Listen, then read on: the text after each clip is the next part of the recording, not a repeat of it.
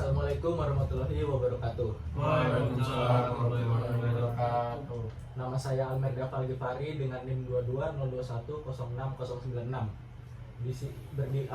Duduknya saya di sini, saya akan mengkampanye tentang anti korupsi di lingkungan sekolah.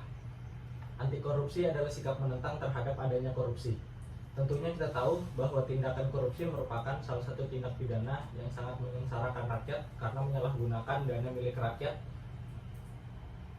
alias milik negara juga.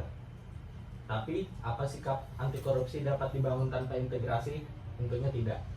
Dan tahu nggak kalau tindakan sekecil mencontek atau ngambil pulpen teman sudah melawan nilai-nilai integritas.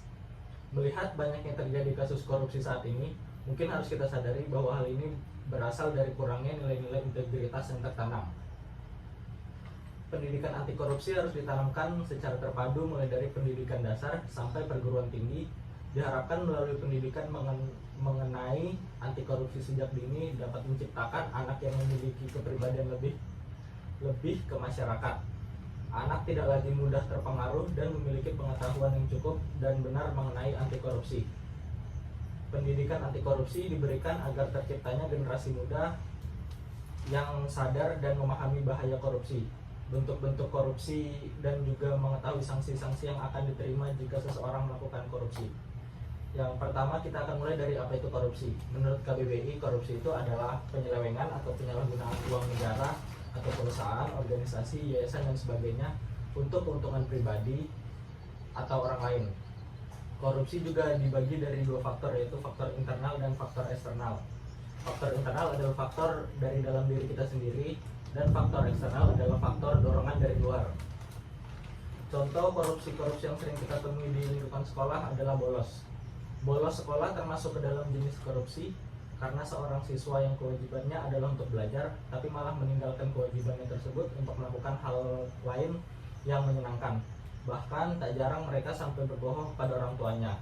Perilaku penyelewengan tersebut yang dimaksud dengan korupsi waktu.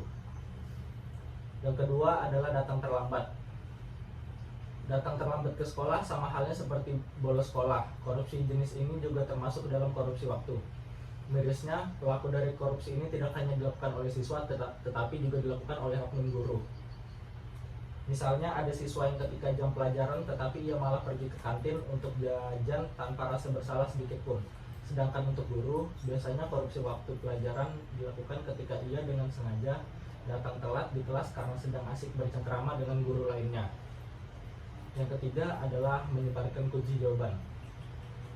Ujian yang seharusnya dilakukan untuk mengukur tingkat keberhasilan siswa dalam menguasai pelajaran ternyata juga tidak lepas oleh perilaku korup oknum-oknum yang mencari keuntungan di balik hasil ujian. Untuk siswa sendiri, waktu malam sebelum ujian seringkali dimanfaatkan untuk mencari kunci jawaban dari siapapun yang memiliki agar mendapatkan nilai ujian yang baik. Mirisnya, pada beberapa kasus juga kedapatan kalau kunci jawaban tersebut justru disediakan oleh gurunya dengan berbagai alasan.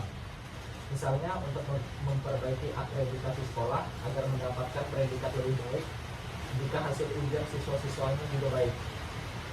Pencegahan korupsi yaitu membangun generasi muda yang paham tentang pentingnya mencegah tindak korupsi, membuat pusat layanan pengaduan tindak korupsi, memberikan hukuman yang dapat menimbulkan efek jerah agar korupsi tidak terulang lagi pada masa yang akan datang. Sekian dari saya, maaf jika ada salah-salah kata. Wassalamualaikum warahmatullahi wabarakatuh.